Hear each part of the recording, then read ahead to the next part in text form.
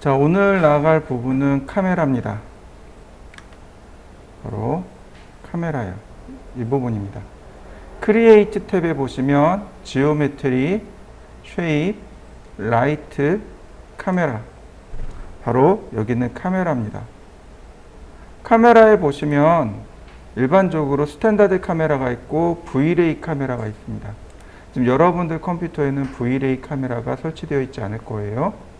네, 스탠다드 카메라만 일단 보시면 될 것 같아요.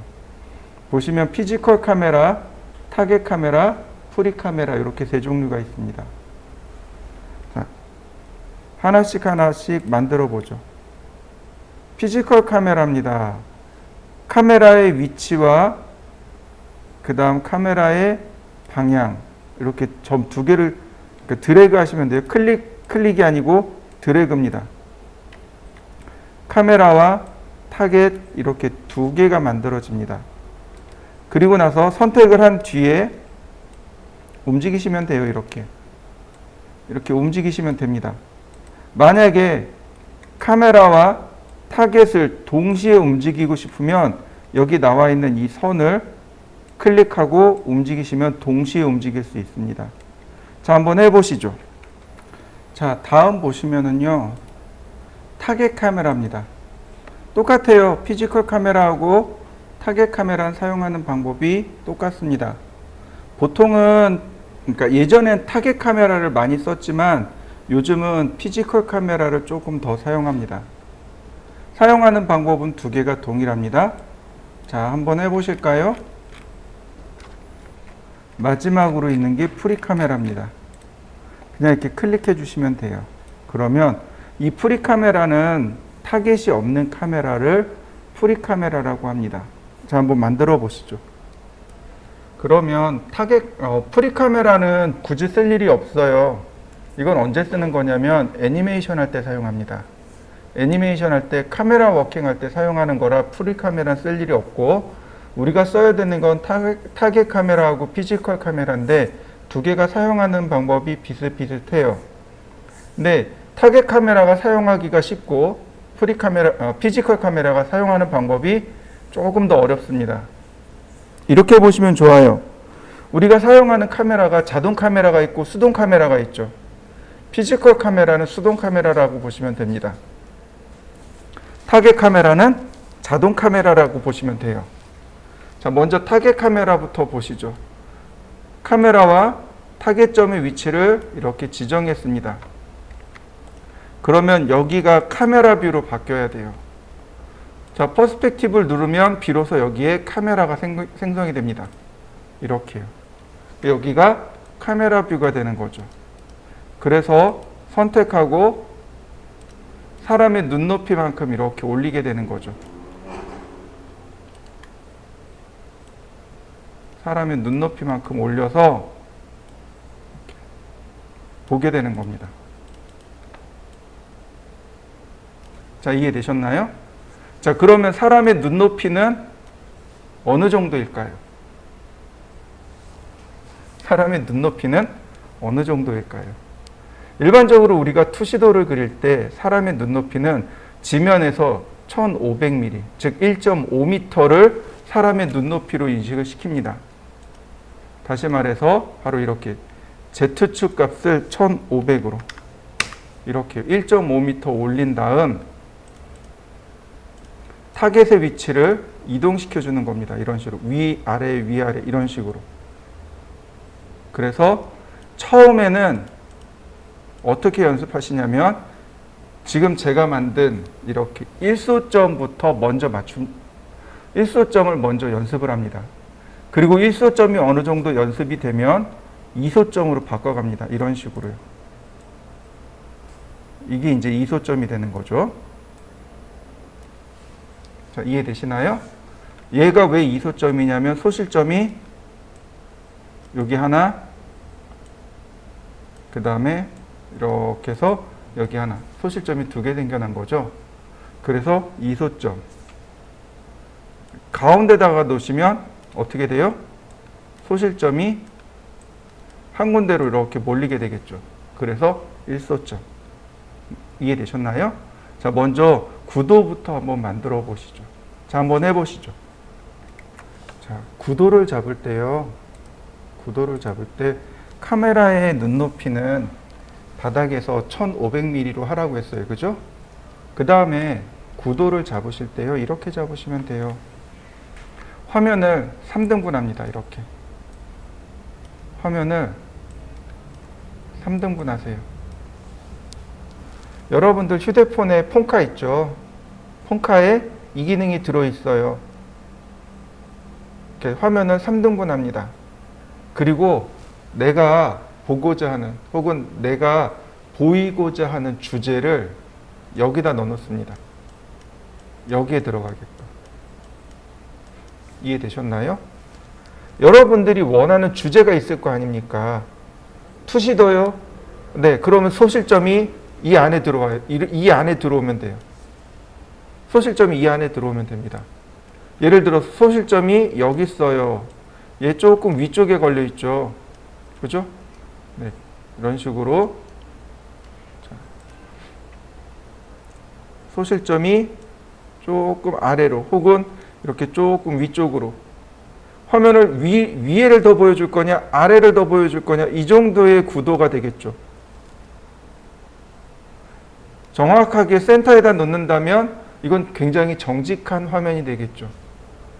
네, 이렇게 해서 위로 조금 올린다든지 아래로 조금 내린다든지 그럼 이렇게 되면 어떻게 돼요? 조금 더 위에서 밑으로 내려다 보니까 실내가 조금 더 잘 보이겠죠. 그죠? 반대로 이렇게 위쪽을 조금 더 올린다면 공간이 조금 더 넓어 보일 거란 말이죠. 이런 식으로 화면 구도 잡는 방법이 그겁니다. 제일 첫 번째로 여러분들이 연습해야 될 구도 잡는 방법이 바로 이거예요. 화면을 3등분 합니다. 화면을 3등분 한 뒤 이 중간에 여러분들이 원하는 주제가 들어가게끔 맞추는 것. 그럼 이 사각형이 확대가 돼도 되겠죠. 그러면 이 사각형이 확대가 되니까 이 정도의 영역이 만들어지는 거죠. 그래서 일소점이 제일 쉽다는 거예요. 일소점 투시도가 구도 잡기가 가장 쉬워요. 그래서 여러분들이 제일 많이 연습해야 될 것, 제일 첫 번째로 연습해야 될 것이 바로 이렇게 일소점 투시도를 잡는 것을 제일 많이 연습을 하셔야 됩니다. 그리고 나서 이소점 투시도를 연습을 하시면 돼요. 자, 한번 맞춰보시죠. 이 카메라의 위치예요. 이 카메라의 위치를 바로 여기서 절대좌표로 해서 1500mm 이렇게 잡아주시면 우리 눈높이가 가장 적당하게 잡히게 됩니다. 이 연습을 조금 해두셔야 되고, 자, 모디파이 판넬로 갑니다. 그러면 자, 이렇게 타겟을 선택했을 땐 아무것도 안 나와요. 그러나 카메라를 선택하면 카메라의 옵션이 이렇게 나옵니다.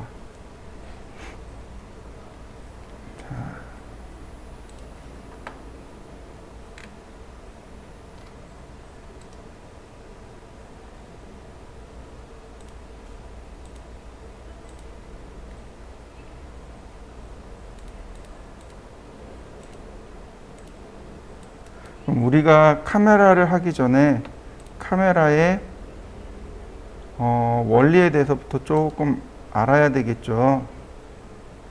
카메라의 원리에 대해서 좀 알아봅시다. 자요.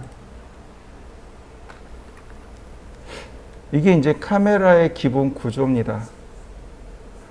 SLR이라고 되어 있지만 일반적인 그냥 카메라라고 보시면 돼요. 자, 일반적으로 바로 여기에 필름 또는 이미지 센서라는 것이 존재합니다. 옛날 필름 카메라 같으면 바로 이 부분에 필름이 들어가고요. DSLR이나 SLR, 요즘 말하는 흔히 말하는 디지털 카메라 같은 경우는 CCD 혹은 CMOS 같은 것들이 여기에 들어가게 돼요. 바로 이 자리고요. 그 다음에 여기가 바로 앞에 셔터막이라는 것이 있어요. 그리고 그 앞쪽에 이렇게 미러가 존재합니다. 거울이 존재해요. 그럼 일반적으로는 상이 이 거울에 비쳐서 펜타프리즘을 통해서 이렇게 눈에 들어오게 됩니다. 이게 이제 일반적으로 우리가 카메라를 볼 때 쓰는 건데, 종종 미러리스 카메라라고 하죠. 들어보셨죠? 미러리스, 다시 말해서 거울이 없는 이란 뜻입니다. 다시 말하면 이게 없는, 여기 거울이 없는 이란 뜻이에요. 그러면 여기에 들어오는 상을 그대로 여기다가 보여주게 되는 거죠. 이게 미러리스 카메라가 이래요. 이 미러가 셔터를 누르게 되면 이렇게 위로 올라가요. 위에 이렇게 들려 올라갑니다. 그와 동시에 이 셔터막이 딸려 올라가요. 이해되시나요? 그래서 필름이 노출이 되는 겁니다. 자, 그 다음에 여기에 이제 조리개가 달려 있죠. 여기 조리개가 달려 있어요. 이렇게 조리개가 있습니다. 이 조리개로부터 필름까지의 거리를 카메라의 초점 거리라고 합니다. 이해되셨죠? 이걸 초점 거리라고 해요. 그래서 이 초점 거리에 따라서 50mm 카메라, 뭐 35mm 카메라, 혹은 75mm 카메라, 혹은 200mm 카메라 이렇게 이야기하는 겁니다. 무슨 얘기인지 이해되셨나요? 네, 이 초점 거리에 따라서 카메라의 규격이 만들어지는 겁니다. 우리가 표준 카메라라고 이야기하는 건 바로 이 초점 거리가 50mm일 때 표준이라고 합니다.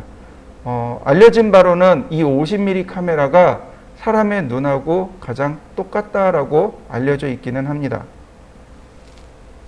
이 초점 거리, 얘가 제일 중요해요. 자, 예를 들어서 초점 거리를 제가 이렇게 길게 해봤습니다.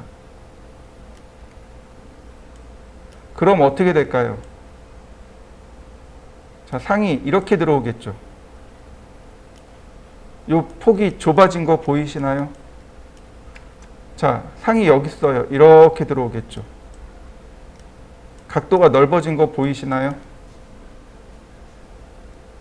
자요. 경통을 제가 이만큼 빼봤어요. 그러면 이 경통을 통해서 들어오기 때문에 어떻게 되나요? 이게 좁아진 거 보이시나요? 이걸 뭐라고 부르냐면 FOV. 필드 오브 뷰. 우리나라 말로 하면 화각 이렇게 부릅니다. FOV. 필드 오브 뷰의 약자예요. 화각입니다. 화각. 눈으로 보이는 각도. 자요. 여기 보이시나요? 렌즈하고 FOV. 렌즈하고 FOV 보이시나요?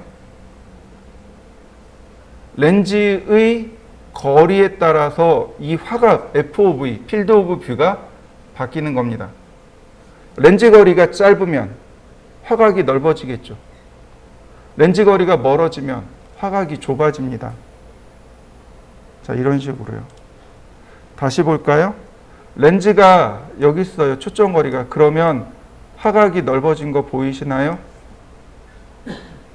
렌즈 거리가 짧으면, 초점 거리가 짧으면 화각이 넓어져요. 이해되셨죠? 네, 그래서 35mm부터 자, 여기 나와 있어요. 35mm부터 여기 있는 85mm까지를 표준 렌즈라고 합니다. 여기 있는 건 표준 렌즈예요. 그리고 35mm보다 작아요. 예를 들어서 28mm, 20mm, 15mm. 얘네들은 어안 렌즈라고 합니다. 어안 렌즈.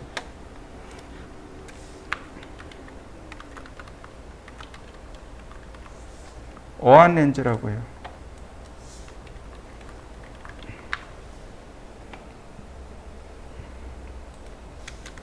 말 그대로 PCI. PCI. 물고기 눈이란 뜻입니다.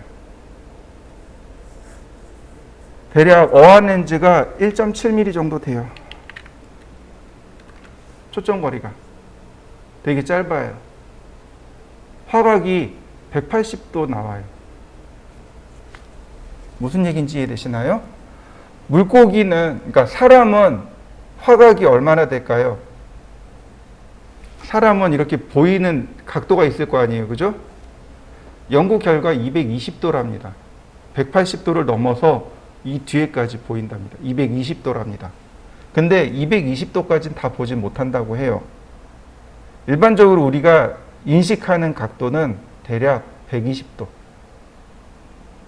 그러니까 220도는 이제 좀 예민한 사람들이나 보는 거고, 그리고 휙휙 지나갈 때 이제 220도까지 본다고 해요. 어슴푸레하게 뭐가 지나갔네라고 하는 이런 느낌은 220도고, 그렇지 않고 저거 뭔데? 저거 뭔데? 이렇게 딱 인식하는 건 120도. 즉 오른 눈 60도, 왼쪽 눈 60도. 이렇게 해서 사람은 이 정도 본다고 해요.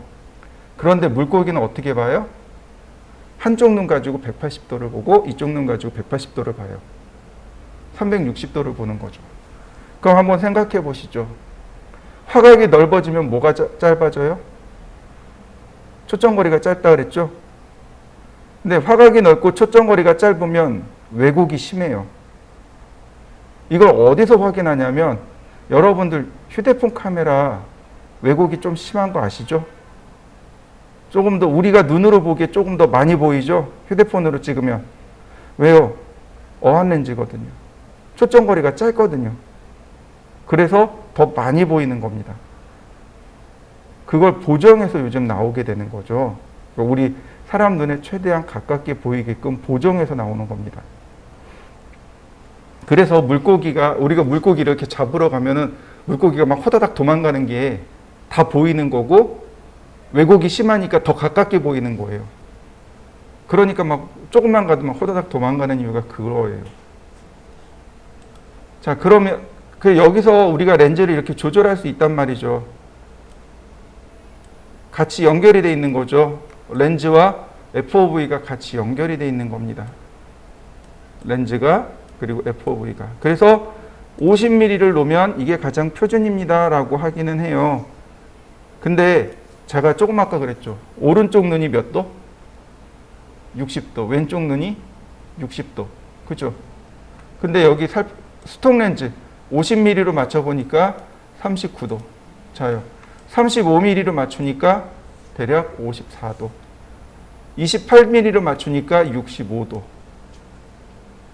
그러면 사람 눈에 가장 적당하게 보일 거면 몇 미리? 35mm. 35mm 렌즈에다 맞춰 놓으면 가장 우리 눈에 비슷한 모양으로 나오게 됩니다. 이해되셨나요? 네, 여기 스톡 렌즈라는 건 뭐냐면 카메라도 렌즈를 바꿀 수 있겠죠. 이렇게 렌즈 빼가지고 렌즈 다시 교환한단 말이죠. 근데 미리 준비된 렌즈들을 스톡 렌즈라고 합니다. 그래서 예전에 제가 가지고 있었던 것도 50mm 기본에 200mm. 그래서 50mm 렌즈 빼고 200mm 끼고 일명 대포라고 하죠. 여기 대포 딱 해서 카메라 찍고 그랬었습니다. 네. 한번 이거 맞춰 보시죠. 스톡 렌즈랑 이 렌즈 값이랑 FOV 값을 한번 바꿔 보세요. 그래서 카메라가 어디까지 어떻게 보이는지를 한번 확인해 보시죠. 자, 또 보실까요? 우리가 카메라에 대해서 좀 더 이해해야 될 게 있는데 바로 이 조리개요. 그 다음에 ISO 값, 그 다음 셔터 스피드. 우리가 이 세 가지를 이해를 해야 됩니다.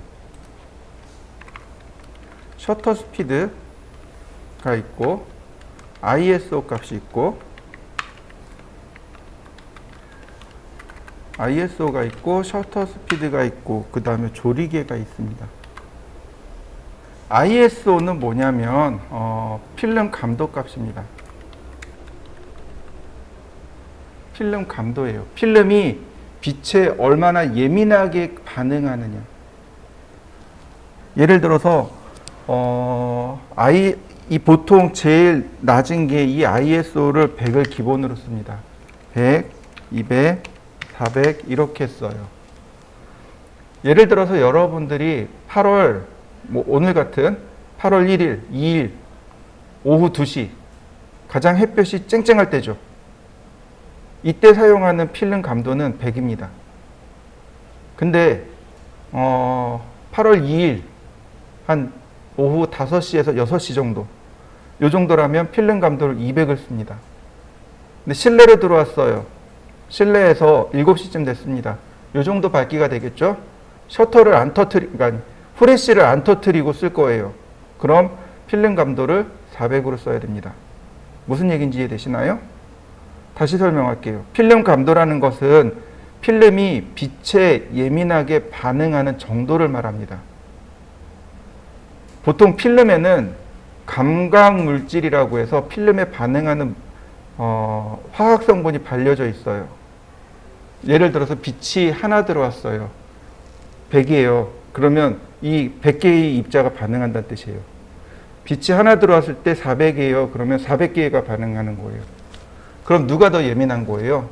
이 아이소 값이 높으면 높을수록 더 예민하게 반응한다는 뜻으로 받아들일 수 있겠죠? 네, 더 밝게 나오는 겁니다. 더 밝고 환하게 나오는 거죠. 이해되셨나요? 빛이 적어요. 지금 빛이 밝은 게 아니잖아요. 그죠? 근데 400개 입자가 막 반응을 해요. 그러면 내가 찍은 사진이 밝게 나오게 돼요. 100이에요. 그러면 어떻게 돼요? 빛에 더 반응하는 게 둔한 거죠. 그러니까 더 어둡게 나오게 돼요. 그래서 이 아이소 값만 가지고도 빛의 그러니까 우리가 렌더링 했을 때 밝고 어둡기를 조정할 수 있습니다. 근데 보통 아이소 값은 딱 고정시켜 놓고 써요. 그래서 보통 한 요 정도 많이 사용해요. 100, 200, 400 요 정도 많이 사용하고요. 셔터 스피드는 125분의 1초를 기본으로 합니다. 125분의 1초, 그 다음에 뭐 250분의 1초, 그 다음에 500분의 1초, 그 다음에 1000분의 1초 이런 식으로. 그냥 표준으로 본다면 125분의 1초가 그냥 표준이라고 보시면 좋아요. 이렇게 보시면 됩니다. 셔터 스피드는 1초를 기준으로 해서 쓰는 거예요. 그죠? 1초를 기준으로 해서 씁니다. 근데 125분의 1초예요. 굉장히 짧은 시간에 그러니까 셔터가 열렸다 닫히는 겁니다. 근데 1000분의 1초면 어떤가요? 125분의 1초보다 훨씬 더 빠르겠죠. 그죠? 그러니까 셔터가 열렸다 닫히는 요걸 말해요. 그러면 이렇게 생각해 보시죠. 셔터가 1000분의 1초하고 125분의 1초하고 두 개를 비교하면 1000분의 1초는 찰나이고 125분의 1초는 빠른 거죠. 누가 빛이 더 많이 들어갈까요? 1000분의 1초보다 125분의 1초가 더 느린 거죠. 빛이 더 많이 들어가겠죠. 더 밝아진다는 뜻이에요. 이해되시나요? 예를 들어서 여러분들이 레이싱 경기장에 갔어요. 차들이 멋있잖아요. 훅훅 지나가잖아요. 그 지나가는 자동차를 찍고 싶어요. 125분의 1초로 찍을 수 있을까요? 아니면 1000분의 1초로 찍을 수 있을까요? 1000분의 1초로 찍는 거예요. 자동차가 이렇게 지나가잖아요. 그럼 카메라 들고 이렇게 같이 가야 돼요. 카메라가 흔들리는 상태잖아요. 그죠? 그러니까 연사를 찍어요. 이렇게 착각착각 이렇게 연사로 찍는데 그걸 1000분의 1초로 찍는 겁니다. 그러니까 카메라가 흔들려도 상관이 없는 거예요. 1000분의 1초 동안 잠깐 열리고 닫히는 거니까 대신에 뭐가 움직여요? 배경이 이렇게 쭉 움직이겠죠. 내가 자동차만 이렇게 찍으니까 자동차는 멈춰 있는 것처럼 보이고 배경이 이렇게 지나간단 말이죠. 이럴 때 찍는 게 1000분의 1초예요. 여러분들이 분수대 앞에 가서 1000분의 1초로 찍어보세요. 그럼 어떻게 나올까요? 분수대 그 물 입자애들 있잖아요. 이 입자가 다 보여요. 그 1000분의 1초가 그래요. 새들이 막 날아가요. 그거 찍으면 그 새가 날갯짓 하는 게 그대로 찍혀요. 근데 125분의 1초는 그렇게 하면 어떻게 돼요? 새가 날갯짓 하는 게 이 날갯짓 하는 얘가 125분의 1초 동안 찍히기 때문에 그 움직인 모션이라고 그러죠. 모션으로 찍혀버린단 말이죠. 이해되시나요? 근데 이거를 뭐 3초, 4초 이렇게 쓸 수 있어요. 한밤중에 3초, 4초 이렇게 노출시키는 겁니다. 셔터를 열었다는 얘기는 필름을 노출을 시키는 거잖아요. 그러니까 셔터를 3초, 4초 혹은 10초 이렇게 노출을 시켜요. 그럼 어떤 현상이 발생할까요? 낮에는 못해요. 빛이 엄청 들어가니까. 아주 깜깜한 밤에 셔터를 노출을 시켜요. 셔터를 누르고 있는 거예요. 셔터 이게 안 닫히는 거죠. 안 닫히는 거예요. 그럼 어떻게 되냐면 자동차 불빛 지나간 그 사진들 많이 보셨죠? 네, 그게 그렇게 돼요. 자동차가 이렇게 지나가는 동안만큼 셔터가 계속 노출되어 있으니까 이게 움직이는 게 그대로 기록이 되는 거예요. 그게 이제 노출 사진이 그런 거예요. 저 셔터 스피드를 가지고 조절하는 겁니다. 셔터 스피드가 그러니까 뭐 작으면 작을수록 빛이 많이 들어오는 거고, 셔터 스피드가 저렇게 1000분의 1초, 뭐 500분의 1초 이래 버리면 빛이 적게 들어가는 거고, 대신에 찰나의 사진을 찍을 수 있게 되는 거죠. 그 다음에 조리개가 있어요. 카메라 앞단에 그 경통이 있어요. 경통이 있고 그 앞에 조리개가 붙어 있어요. 말 그대로 이렇게 딱 잠겼다가 열렸다가 이렇게 돼요. 이렇게 열렸다 닫혔다 해요. 셔터는 그러니까 두 개가 같이 움직인다고 보시면 돼요. 이렇게 딱 열리면서 얘가 들려요. 그리고 이렇게 닫혀요. 근데 이 조리개의 역할은 요만큼 열었다 닫힐 수도 있는 거고, 이만큼 열었다 닫힐 수도 있는 거고. 이해되시나요? 조리개는 빛이 들어가는 양을 조절하는 겁니다. 카메라에 빛이 얼마만큼 들어가느냐를 조절하는 게 바로 조리개의 역할이에요. 그래서 얘는 이렇게 합니다. 1, F, 1.2, F. 이 두 개를 배수로 넘겨요. 2F, 2.4F, 그 다음에 4F, 그 다음에 4.8이잖아요. 네, 5F. 그 다음에 8F, 10F, 그 다음 16F, 그 다음에 32F 이렇게 해요. 1F란 얘기는 다 열었다는 얘기예요. 조리개를 다 개방했다는 뜻이에요. 그러면 8F는 뭐냐면 조리개를 절반만 열었다는 뜻이에요. 이해되셨나요? 조리개를 절반만 열으세요 라는 뜻이 됩니다. 이렇게 보시면 돼요. 얘도 똑같이 분수로 보시면 돼요. 분수로 보시면 돼요. 1분의 1F, 즉 원래 있는 경통과 조리개의 연 비율 이해되시나요? 그렇게 보시면 이해하기 쉬워요. 2F 그러면 2분의 1F 이렇게 되겠네요. 4F 그러면 4분의 1, 8F 그러면 8분의 1. 점점 작아지는 거죠. 조리개를 적게 연다라고 보시면 돼요. 보통 자동 카메라 같은 경우 여러분들 쓰는 우리 폰카 있잖아요. 폰카 같은 경우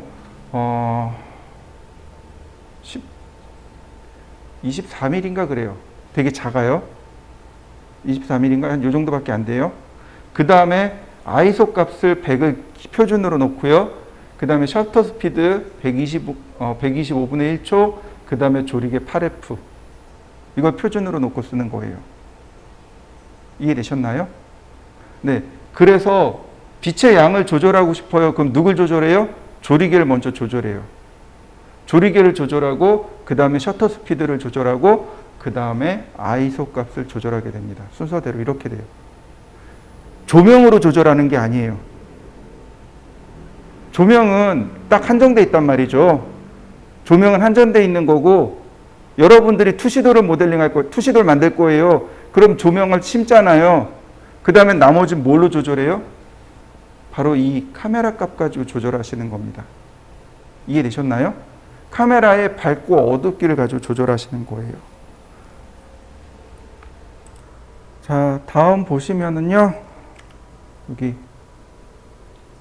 여기 스톡렌즈 바로 아래, 스톡렌즈 위에 보면 오소그래픽 프로젝션을 체크하면 이렇게 돼 버립니다. 이게 뭐냐면 아이소메트릭입니다. 그러니까 원근감을 사라지게 만드는 것. 그게 오소그래픽 프로젝션이에요. 얘를 다시 체크해야 비로소 원근감이 나옵니다. 우리가 간혹 아주 간간히 그 카메라에서 원근감을 빼고 바라볼 때가 있어요.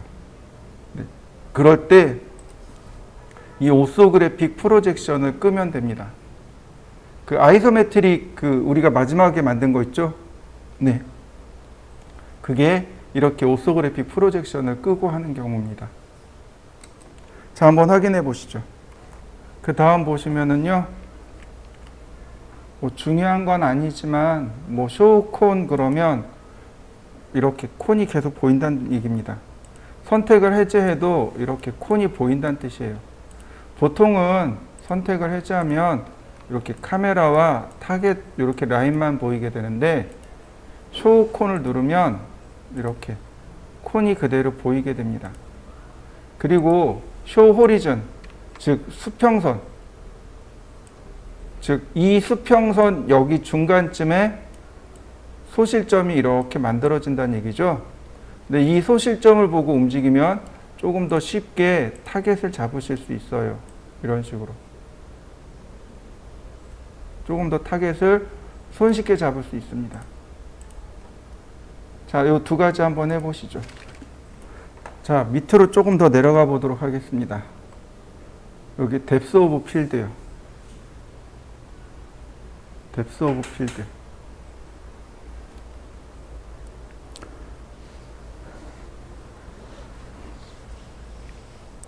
뎁스 오브 필드가 심도라고 합니다. 심도. 심도라고 해요. 보통 심도라고 합니다. 뭐 여기다 앞에다가 이렇게 쓰기도 해요. 피사체의 심도 이렇게 이야기합니다. 깊고 얕음에 대한 정도를 나타내는 겁니다.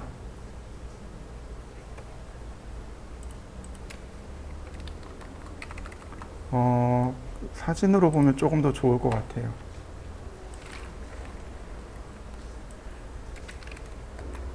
자, 이렇게 보시면 좋습니다. 우리가 카메라를 조절하다 보면 포커싱 효과가 일어나는 경우가 있어요. 뭐냐면 뒤에 배경이 뿌옇게 흐려지는 거. 혹시 보셨나요? 네, 그게 뎁스 오브 필드, 즉 심도계를 건드린 겁니다. 여기 보시면 포커스가 여기 맞춰져 있어요. 포커스가 있는데 여기서부터 여기까지 뒤가 되게 잘 보여요. 배경이 되게 또렷하게 잘 보여요. 심도가 깊다라고 이야기하는 겁니다. 근데 내가 지정한 부분만 뚜렷하게 보이고 나머지는 다 흐리게 보여요. 이걸 심도가 얕다라고 이야기합니다. 바로 이 심도를 조절하는 게 바로 뎁스 오브 필드입니다.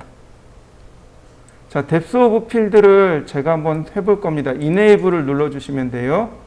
이네이블을 누르시고 보시면 세 가지가 있어요. 뎁스 오브 필드, 모션 블러, 뎁스 오브 필드, 가로 열고 멘탈 레이. 우리는 뎁스 오브 필드만 쓸 수 있으면 돼요. 자, 밑으로 내리면 바로 여기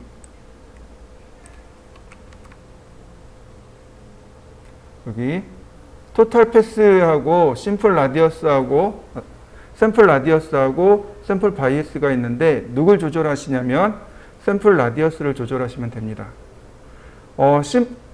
토탈 패스는 뭐냐면 흔들린 정도. 즉 예를 들어서 이건 직접 해보면 돼요.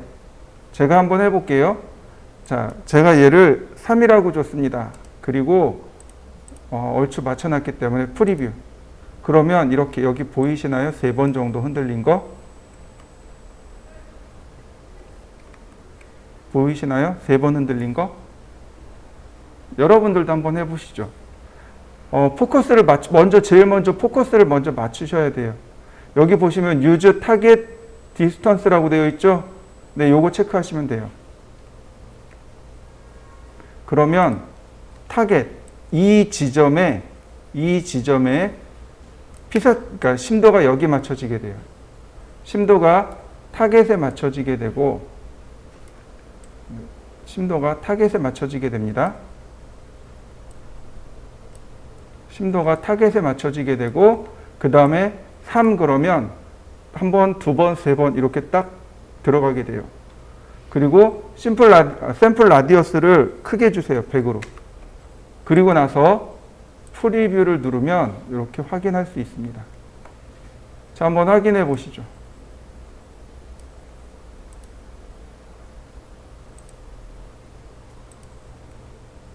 그러면 포커싱 효과를 확인할 수 있습니다. 자, 토탈 패스들을 24번으로 바꿉니다. 그러면 훨씬 더 부드럽게 이렇게 들어가요.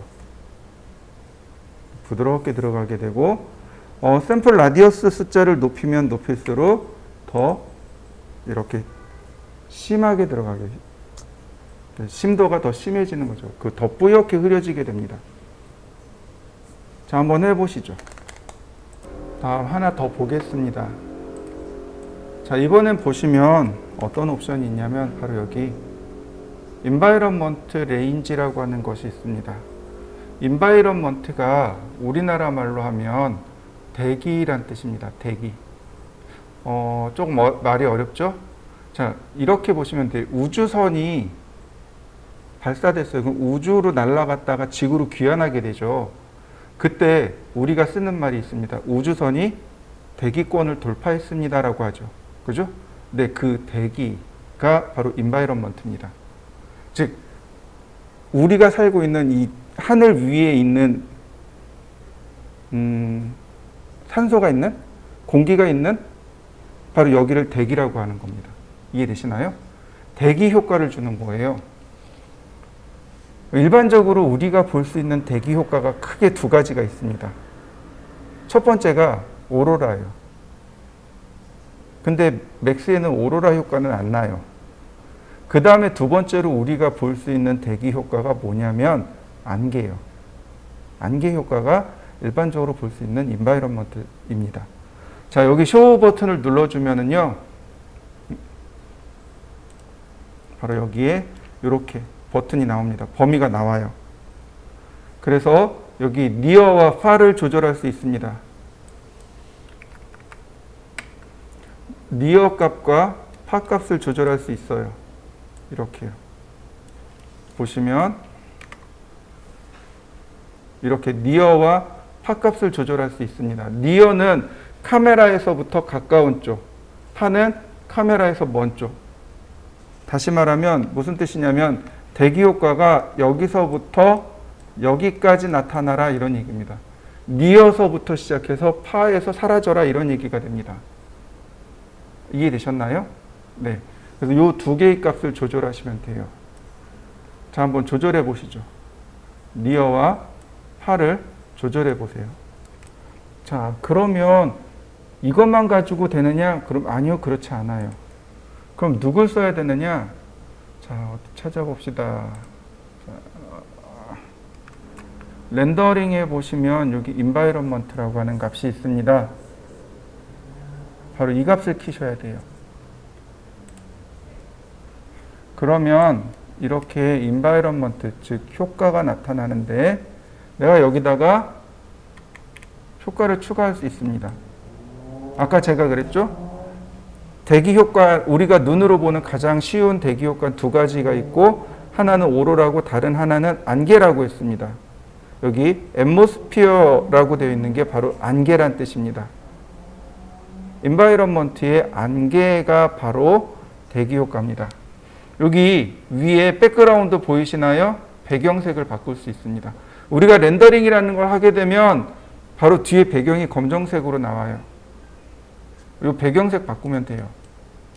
그 다음에 앰모스피어에 애드 기능이 있습니다. 추가하기 기능이에요. 여길 누르면 바로 이렇게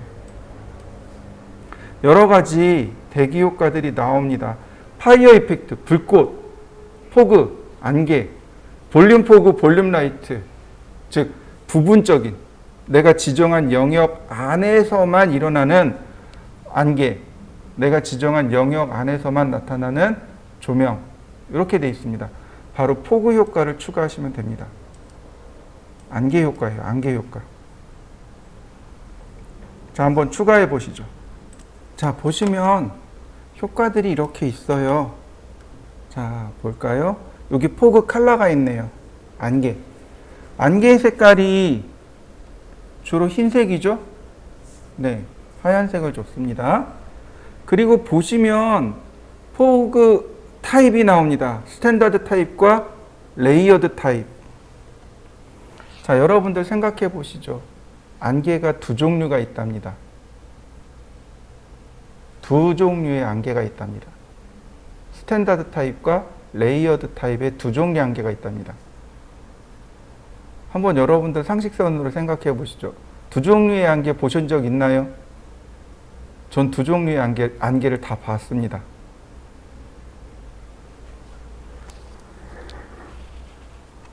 자, 그 일반적인 안개는 어때요? 원근감에 따라서 생기는 안개죠. 그죠? 가까이 있는 건 잘 보이고 멀리 있는 건 뿌옇게 흐려서 안 보여요. 그죠? 이게 이게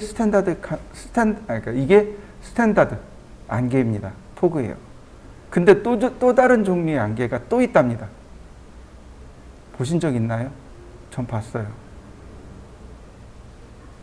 요즘 캠핑이 유행이죠. 그래서 저도 이제 흉내를 내보려고 아침에 일찌감치 애들 데리고 한번 간 적이 있었어요. 저수지에서 물안개가 쫙 올라오는데 너무 이쁘더라고요.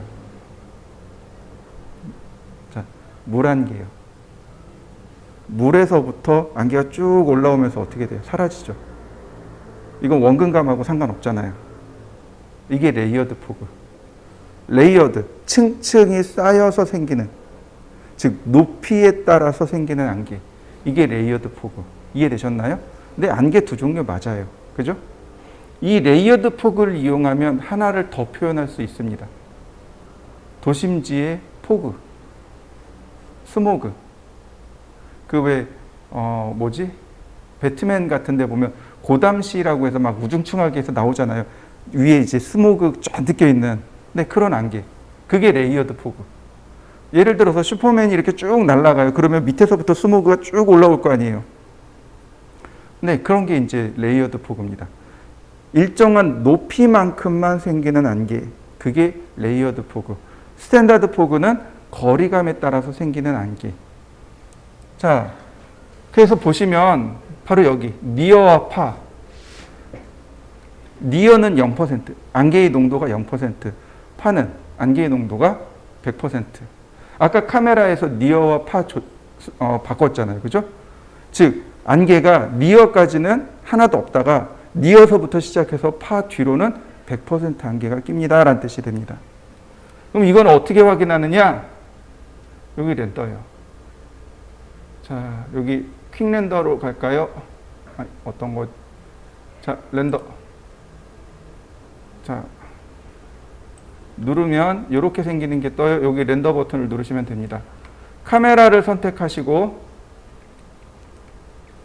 카메라 뷰를 선택하시고 누른 다음 여기 렌더 버튼 누르시면 됩니다. 그러면 이렇게 안개가 들어간 효과를 볼 수 있습니다.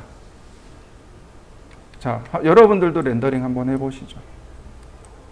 렌더링 단축 옵션은 F9키입니다. F9키를 누르면 내가 선택한 화면을 렌더링 합니다. F9가 그 다음에 그냥 숫자 9를 누르시게 되면 이렇게 렌더 옵션이 떠요. 선택한 다음에 렌더링 누르시면 되겠습니다. 그러니까 숫자 9하고 F9하고. 자, 한번 해보시죠. 자, 이번에는 레이어드 포그에 대해서 알아보죠. 자, 옵션을 레이어드로 바꿉니다. 이렇게. 그러면 니어와 파가 사라지고 탑, 바텀, 그 다음 덴시티, 그 다음 팔로프 이렇게 옵션이 활성화됩니다. 탑, 바텀은 이해가 될 거예요. 바텀에서부터 탑까지 안개가 끼겠다 이런 뜻이 돼요. 농도예요. 안개의 농도. 만약에 내가 위에서 이렇게 내려다 볼 거예요. 뭐 물안개 같은 거, 혹은 뭐 이렇게 도심지에서 이렇게 옥상에서 보면 이렇게 스모그가 이렇게 쭉 올라올 거 아니에요. 그러면 지금처럼 놓으시면 돼요.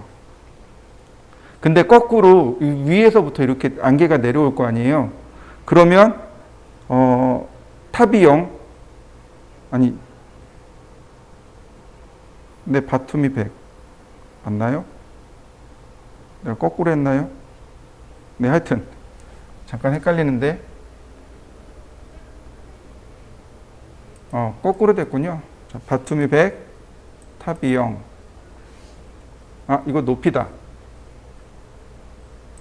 자, 0에서 1000mm까지. 이거 높이에요. 농도 아니에요. 높이입니다. 농도가 누구냐면 덴시티예요. 농도가 덴시티입니다. 헷갈렸어요. 농도가 덴시티입니다. 안개의 농도는 덴시티로 조절해요. 탑과 바툼은 안개가 끼는 높이를 말합니다. 0에서부터 1000mm까지. 그러니까 하늘에서 이렇게 내려온다? 그러면 뭐 위에서부터 뭐 2000 이렇게 해주면 위에서 아래로 내려오겠죠? 지금은 1m까지만 하라고 했습니다. 자, 그 다음 팔로프. 점점 사라지는 방향. 팔로프가 사라지는 방향이란 뜻이에요. 그래서 지금 같은 경우 위에서 밑으로 내려다보고 있잖아요. 그럼 사라지는 방향이 어떻게 돼요? 위로 사라져야죠. 내가 위에서 이렇게 보고 있죠. 위에서 사라지는 겁니다. 내가 아래에서 이렇게 봐요. 그 안개가 아래로 사라져야 됩니다. 무슨 얘기인지 이해되시나요? 다시요. 내가 이렇게 해서 위에서 쳐다볼 거예요. 그럼 안개가 이렇게 올라오면서 사라지겠죠. 맞나요? 그러니까 팔로프 사라지는 방향이 탑이 돼버립니다. 내가 아래에서 볼 거예요. 안개가 위에서부터 이렇게 내려오다 사라질 거 아니에요. 그러니까 팔로프가 어떻게 돼요?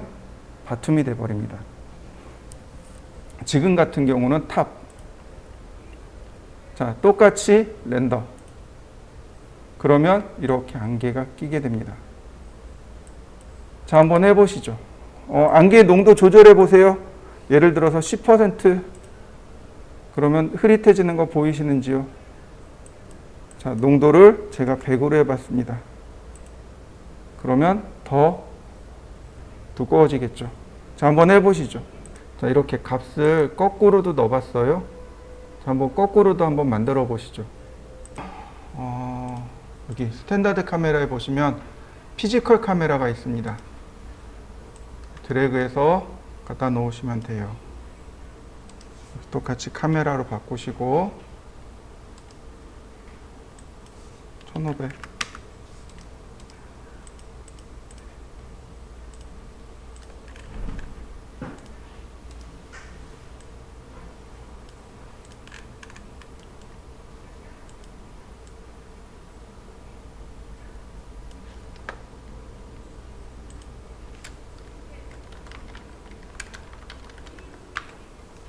자, 피지컬 카메라입니다. 피지컬 카메라는 조금 더 사실감 있는 카메라를 피지컬 카메라라고 합니다. 여기 타겟 디스턴스 거리죠. 자, 뭐 중요한 건 없지만 바로 여기요. 자, 필름 센서라고 되어 있습니다. 기본은 35mm입니다. 우리가 사용하는 필름 크기가 있어요. 그게 35mm가 표준입니다. 그 아래 보시면 뭐 여러 가지 필름 크기들이 나옵니다. 근데 이제 우리는 보통 35mm를 기준으로 해서 보시면 되겠고요. 자, 그 다음에 보시면 위드가 나옵니다. 폭이네요. 가로 세로 비율인데 이건 그냥 냅두시면 되겠고요. 자, 그 다음에 그 아래 렌즈 값 보이시나요? 아까 제가 렌즈 설명드렸었죠? 35mm, 50mm를 기준으로 합니다. 우리 눈에 가장 유용한 것은 필드 값이 60도가 가장 무난합니다. 60도일 때는 렌즈 거리가 대략 35mm에서 28mm 사이입니다. 라고 제가 설명드렸을 겁니다. 그 다음에 이제 줌이 있고, 그 다음에 어퍼처라고 하는데 얘가 바로 조리개 값. 아까 제가 F 넘버 설명드렸었고요. 그 다음에 포커스 효과가 있는데 포커싱은 타겟을 기준으로 합니다. 그 다음에 렌즈 브레딩이 있고 넘어가시면 좋겠고 셔터가 있습니다. 여기 보시면 n분의 1초 있죠? 그러면 기본값 125분의 1초 이렇게 만들어 놓을 수 있습니다. 피지컬 카메라는 쉽게 얘기해서 수동 카메라를 말합니다. 지금처럼 아까 값들을 다 수정했죠. 아까 봤던 카메라는 어때요? 타겟 카메라는 이렇게까지 세세하게 못 맞췄었죠? 근데 피지컬 카메라는 이렇게 조금 더 세분화해서 맞출 수 있습니다. 자, 한번 맞춰 보시죠. 그리고 렌더링 한번 해보세요.